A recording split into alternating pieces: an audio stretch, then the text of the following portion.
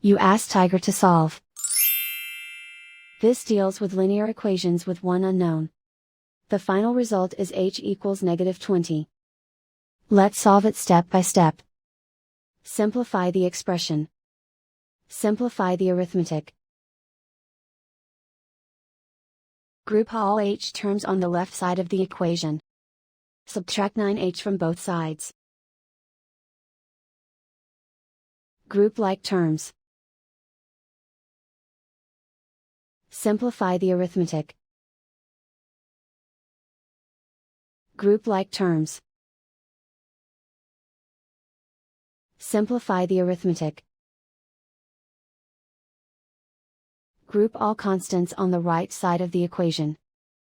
Add 19 to both sides. Simplify the arithmetic.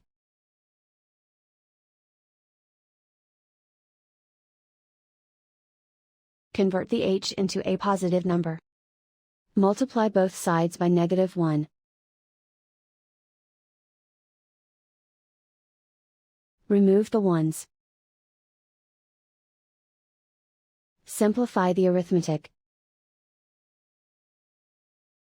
And so the final result is h equals -20.